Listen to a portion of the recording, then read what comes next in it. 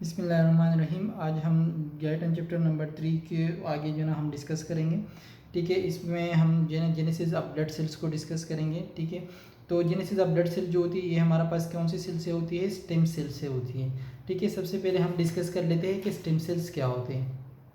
Stem cells, ठीक है, stem cells हमारे पास बॉडी के वो सेल्स होते हैं जो हमारे पास डिफ्रेंशिएट होकर अदर टाइप्स ऑफ सेल्स भी बना रहे होते हैं।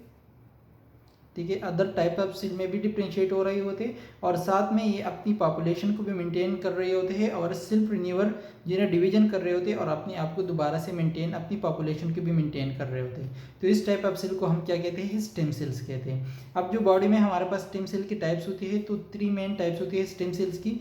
एक हमारे पास होती है टोटिपोटेंट स्टेम सेल। ठीक है, जो टोटिपोटेंट स्टेम सेल होते हैं ये बॉडी की ईच एंड एवरी सेल बना सकते हैं। कोई भी सेल हो ये हमारे पास बना सकते हैं, each and every cell of the body को ये बना सकते हैं। ठीक है, फिर टोटिपोटेंट स्टेम सेल्स के बाद आ जाते हैं हमारे पास प्लोरिपोटेंट स्टेम सेल। प्लोरिपोटेंट स्टेम सेल जो होगी ये क्या बनाएगी? ये एक स्पेसिफिक सिस्टम बनाएगी। यानी टोटिपोटेंट स्टेम सेल ने क्या बनाया? प्लोरिपोटेंट स्टेम सेल में डिफरेंशिएट होगा और ये एक स्पेसिफिक टाइप ऑफ सिस्टम बनाएगी, या जीआईटी बनाएगी, या सेंट्रल नर्वस सिस्टम बनाएगी, या जो है ना हमारे पास जो है ना ब्लड सिस्टम बनाएगी। तो ये प्लोरिपोटेंट स्टेम सेल का काम होता है।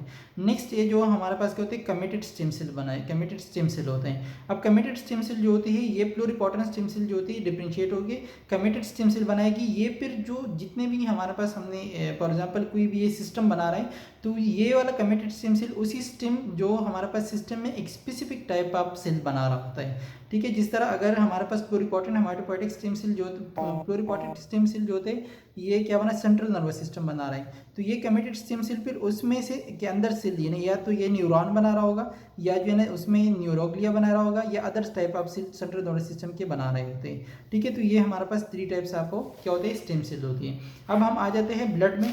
ठीक है, तो ब्लड में हमारे पास जो यानी इसने एक सिस्टम बना रहा होता है, बन रहा होता है। तो ये वो कौन सा सेल होगा? प्लोरिपोटेंट स्टेम सेल होगा। अब प्लोरिपोटेंट हेमाटोपोएटिक स्टेम सेल इसको हम कहेंगे क्योंकि ये हमारे पास हेमाटोपोएटिक यानी हमारे पास ब्लड फॉर्मेशन कर रहा होता है, तो इस वजह से प्लोरिपोटेंट हेमाटोपोएटिक स्टेम सेल इसको हम कहेंगे। अब जो प्लोरिपोटेंट हेमाटोपोएटिक स्टेम सेल होगी वो नेक्स्ट जाकर हमारे पास कमिटेड सेल बनाएगी और वो जाकर फिर स्पेसिफिक टाइप ऑफ सेल बनाएगी। अब जो है ना प्लोरिपोटेंट हेमाटोपोएटिक स्टेम सेल होती है ये हमारे पास क्या होते हैं? 2 सीरीज में चली जाती है। एक हमारे पास होते हैं माइलॉइड जो है ना हमारे पास सेल्स बना देगी, और एक हमारे पास क्या होते हैं? लिम्फॉइड सेल बना देगी। ठीक है, अब जो माइलॉइड जो है ना हमारे पास क्या होते हैं? स्टेम सेल, ये भी स्टेम सेल होता है, ये भी स्टेम सेल होता है। ठीक है, तो माइलॉइड स्टेम सेल जो होगी ये क्या बना देगी? ये डिफरेंशिएट होगी, हमारे पास क्या बना देगी? ये कमिटेड स्टेम सेल में चली जाएगी। ठीक है, कमिटेड स्टेम सेल बनाएगी। कमिटेड स्टेम सेल में कौन सी बनाएगी?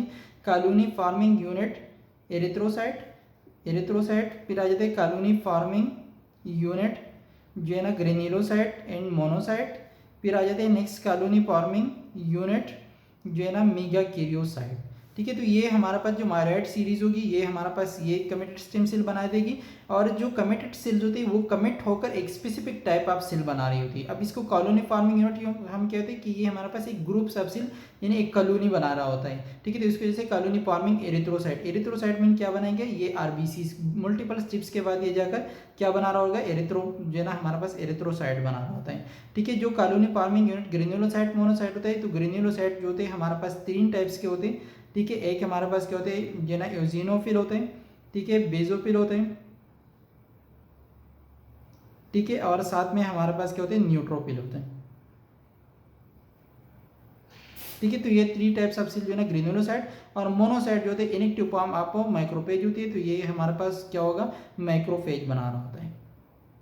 ठीक है, और जो मेगा कैरियोसाइट होगा ये आगे जाकर क्या बना रहा होता है? ये प्लेटलेट्स बनाएगा। ठीक है, फिर आ जाते हैं लिम्फॉइड स्टेम सेल। आ जाते हैं लिम्फॉइड स्टेम सेल जो होगी ये जाकर हमारे पास आगे क्या बना रही? कमिटेड सेल बना देगी, या तो हमारे पास वो क्या होगी? Committed cell natural killer cell, ठीक है, प्रो नेचुरल किलर सेल बना देगी। ठीक है, या जो है ना हमारे पास प्रो बी सेल बना देगी, या जो है ना हमारे पास प्रो टी सेल बना देगी। ये भी कमिटेड सेल होगी, ये जाकर आगे हमारे पास मल्टीपल स्टेप्स के बाद क्या होगा? नेचुरल किलर सेल बनाएगा। ये मल्टीपल स्टेप्स के बाद जो है ना ये बी सेल्स बनाएगा, और ये मल्टीपल स्टेप्स के बाद ये जो है ना क्या होगा? टी सेल्स बना देगा।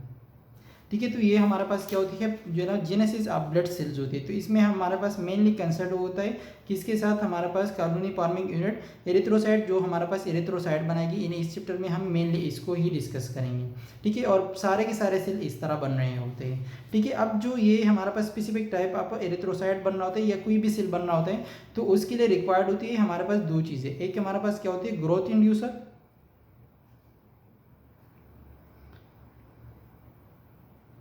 और एक हमारे पास क्या होती है डिफरेंशिएशन इंड्यूसर, ठीक है। Growth inducer and differentiation inducer. अब जो ग्रोथ इंड्यूसर होगी ये जाकर हमारे पास किसी भी कोई भी फॉर एग्जांपल या जो माइलॉइड स्टेम सेल है, लिम्फॉइड स्टेम सेल या प्लूरिपोटेंट हेमाटोपोइटिक स्टेम सेल, किसी भी स्टेम सेल्स पर जाकर एक्टिवेट करेगी और उसकी हमारे पास ग्रोथ करवाएगी और रिप्रोडक्शन करवाएगी, ठीक है। और जो हमारे पास क्या होते हैं डिफरेंशिएशन इंड्यूसर्स होते हैं, वो जाकर कमिटेड स्टेम सेल्स के ऊपर एक्ट करेगी और एक specific type of commit cell की डिफरेंशिएशन को पास करेगी और इसमें से एक फाइनल स्टेज में लेकर आएगी। जैसे फॉर एग्जांपल यहाँ पर डिफरेंशिएशन इंड्यूसर आकर क्या कॉलोनी फॉर्मिंग यूनिट एरिथ्रोसाइट को इसने जाकर एक्टिवेट कर दिया, ठीक है। तो ये क्या करेंगे इसकी जो है डिफरेंशिएशन पास्ट हो जाएगी और एरिथ्रोसाइट जो है जल्दी जल्दी फॉर्मेशन होगी, ठीक है। तो ये हमारे पास एक ग्रोथ एंड डिफरेंशिएशन इंड्यूसर। तो ग्रोथ जो है ना हमारे पास क्या करवाएगी इंड्यूसर ग्रोथ एंड रिप्रोडक्शन करवाएगी और इसमें मेनली क्या होता है इंटरल्यूकिन 3, इसमें जो है ना डिफरेंट टाइप्स होती है ग्रोथ इंड्यूसर में। इसमें 4 जो है ना है, लेकिन इसमें एक ही मेंशन है 3। इसमें इंटरल्यूकिन 5 भी होते हैं, 7 भी होते हैं, 11 भी होते हैं, 18 भी होते हैं, ठीक है। डिफरेंशिएशन इंड्यूसर में भी यही होता है। अब ये जो डिफरेंशिएशन एंड ग्रोथ इंड्यूसर होती है ये कंट्रोल कर रही होती है हमारे पास कौन सी डिफरेंट फैक्टर जो हमारे पास आउटसाइड द बोन मैरो होती है। जैसे फॉर एग्जांपल अगर बंदा क्या हो जाता है कि हमारे पास एक हाई एटीट्यूड पर बंदा चला जाता है, ठीक है। तो वहाँ पर हमारे पास क्या हो जाती है ऑक्सीजन कंसंट्रेशन कम हो जाती है, ठीक है। जब ऑक्सीजन कंसंट्रेशन कम होगी तो वहाँ पर हमारे पास एक हार्मोन होते हैं जिसको हम कहते हैं एरिथ्रोपोइटिन, जो आगे हम जो है डिटेल से डिस्कस करेंगे। वो सीक्रेट होगी, वो जाकर हमारे पास क्या करवाएगी आरबीसी प्रोडक्शन को इंक्रीज करवाएगी, ठीक है। तो इसकी वजह से हमारे पास टिश्यू लेवल ऑफ ऑक्सीजन जो होगी वो इंक्रीज हो जाएगी। तो ये जो एरिथ्रोपोइटिन होगी ये बाहर से डिसाइड हुए आउटसाइड द बोन मेरो से डिसाइड हुआ कि इसकी प्रोडक्शन इंक्रीज हुई और इसने जाकर बोन मेरो में ऐड कर दिया और प्रोडक्शन आपको ऑक्सीजन को इंक्रीज कर जो आरबीसीज को इंक्रीज करवा दिया, ठीक है। तो ये बाहर से कंट्रोल हो रही होती है, ठीक है। अब हमारे पास हम आ जाते हैं जो है ना जेनेसिस आरबीसी की, जो हमने यहाँ कॉलोनी फॉर्मिंग यूनिट एरिथ्रोसाइट्स जो है ना एरिथ्रोसाइट से हम जो है फाइनल स्टेप ऑफ एरिथ्रोसाइट जो बन रहे थे, तो इसमें यही स्टेप्स होते हैं। एक क्या होता है प्रो एरिथ्रोब्लास्ट होता है, एक बेसोफिल एरिथ्रोब्लास्ट होता है, पॉलीक्रोमेटोफिल और तो क्रोमेटिक एरिथ्रोब्लास्ट होते हैं, ठीक है। अब ये वाला यहाँ से यहाँ जो 4 स्टेजेस होती है ये जो है ना कहाँ पर होती है जो है ना 2 to 5 डेज में होती है और बोन्स मेरो के अंदर ही होती है, ठीक है। और इसमें जो फॉर्मेशन ऑफ हेमोग्लोबिन स्टार्ट होती है वो हमारे पास कौन सी स्टेज में बेसोफिल एरिथ्रोब्लास्ट में फॉर्मेशन ऑफ हेमोग्लोबिन स्टार्ट हो जाती है और रेटिकुलोसाइट में ये मैक्सिमम 34% में हमारे पास इसमें हेमोग्लोबिन जो है ना सेचुरेटेड हो चुका होता है, ठीक है। और फिर नेक्स्ट हमारे पास जो क्या होती है हमारे पास ये सर्कुलेशन में आती है, तो कौन सी स्टेज में आती है रेटिकुलोसाइट स्टेज में जो है ना एक इसमें आती है सर्कुलेशन में आ जाती है, ठीक है।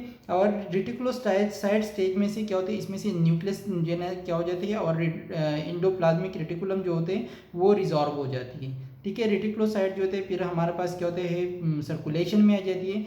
1 से 2 दिन के बाद ये क्या हो जाती है मैच्योर एरिथ्रोसाइट बना लेती है, ठीक है। और रेटिकुलोसाइट में से कुछ जो बेसोफिलिक सब्सटेंस में जो है ना चीज़ें इसमें प्रेजेंट होती है, जब उसमें वो निकल जाती है जिस तरह गोल्जी अपरेटिस माइटोकॉन्ड्रिया वगैरह, तो ये फिर एरिथ्रोब्लास्ट बना लेती है और ये हमारे पास कितने 2 दिन में ही मैच्योर एरिथ्रोसाइट बन जाता है।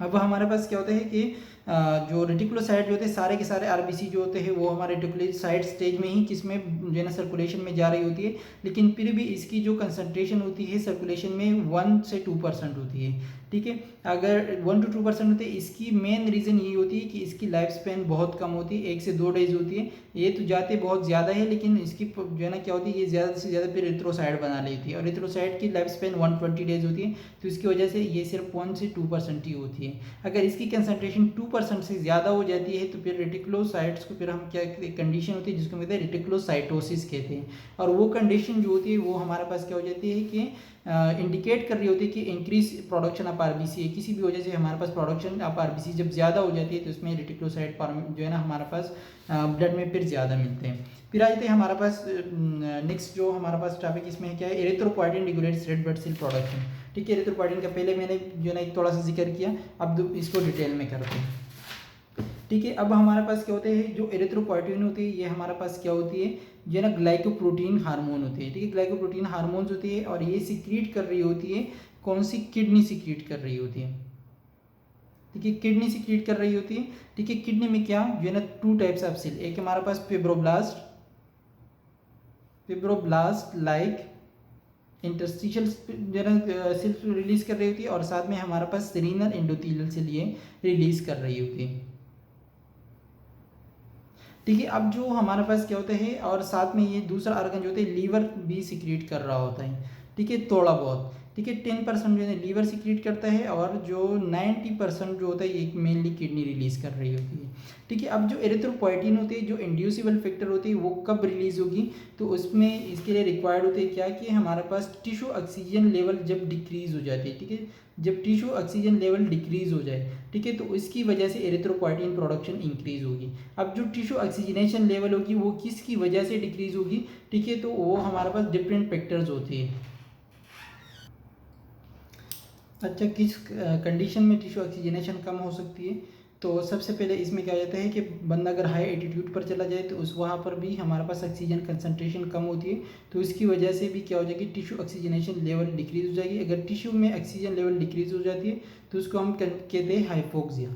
ठीक है, फिर आ जाते हैं नेक्स्ट क्या होता है, लो ब्लड वॉल्यूम। अगर ब्लड वॉल्यूम कम हो जाए तो इसमें भी टिश्यू ऑक्सीजनेशन कम होगी। ठीक है, एनीमिया हो गया, लो हीमोग्लोबिन लेवल हो गया, या जो ना ब्लड फ्लो ही कम आ रहा है, या पल्मोनरी डिजीज है जिसमें वजह से हमारे पास ऑक्सीजन बाइंड ही नहीं कर रही हीमोग्लोबिन के साथ, तो इन सारे कंडीशन की वजह से क्या होगा, टिश्यू ऑक्सीजन लेवल डिक्रीज हो जाएगा। जब टिश्यू ऑक्सीजन लेवल डिक्रीज होगा तो वहाँ से किडनी में क्या हो जाएगा, किडनी में जो टिश्यू जो हमने पढ़े ये 2 सेल, ठीक है, तो वहाँ पर क्या हो जाएगा, हाइपोक्सिया हो जाएगा। ठीक है, जब हाइपोक्सिया होगा, ठीक है, तो वहाँ से हमारे पास क्या हो जाएगा, जो है ना हाइपोक्सिया इंड्यूसिबल फैक्टर 1 रिलीज हो जाएगा। हाइपोक्सिया इंड्यूसिबल फैक्टर 1 जाकर किस पर एक्ट करेगा, ये जो एरिथ्रोपोइटिन जीन होता है, ठीक है, एरिथ्रोपोइटिन जीन जो होते हैं इसको एक्टिवेट करवाएगा। ठीक है, और वहाँ से हमारे पास एरिथ्रोपोइटिन प्रोडक्शन को क्या करवा देगा, इंक्रीज करवा देगा। ठीक है, जब हमारे पास एरिथ्रोपोइटिन जो है ना प्रोडक्शन इंक्रीज हो जाएगी, वो जाकर हमारे पास जो स्टेम सेल होते हैं, जो हेमाटोपोइटिक स्टेम सेल, जो मेनली यहाँ पर कॉलोनी फॉर्मिंग यूनिट एरिथ्रोसाइट होके उसको हमारे पास जो है ना ग्रोथ एंड रिप्रोडक्शन करवाएगा, और इस तरह हमारे पास प्रो एरिथ्रोब्लास्ट फॉर्मेशन को इंक्रीज करवा देगा। अब जब प्रो एरिथ्रोब्लास्ट बनेगा तो इसकी बात जो है ना ये एरिथ्रोपोइटिन जो होते हैं वो जाकर प्रो एरिथ्रोब्लास्ट की जो स्टेप्स होती है हमारे पास, जो इससे पहले हमने 5-6 स्टेप्स पढ़े, उसको क्या करवा देगा, डिफरेंशिएशन को पास्ट करवाएगा, और इसकी वजह से हमारे पास रेड ब्लड सेल प्रोडक्शन जो होगी वो इंक्रीज हो जाएगी। ठीक है, रेड ब्लड सेल प्रोडक्शन तब तक इंक्रीज होगी कि जब हमारे पास टिश्यू ऑक्सीजनेशन लेवल जो होता है वो हमारे पास नॉर्मल नहीं होता। जब तक ये नॉर्मल हो जाएगा उसके बाद हमारे पास जो एरिथ्रोपोइटिन लेवल होगी वो वापस नॉर्मल जो है ना कंसंट्रेशन पर आ जाएगी। ठीक है, और प्रोडक्शन डिक्रीज हो जाएगी फिर।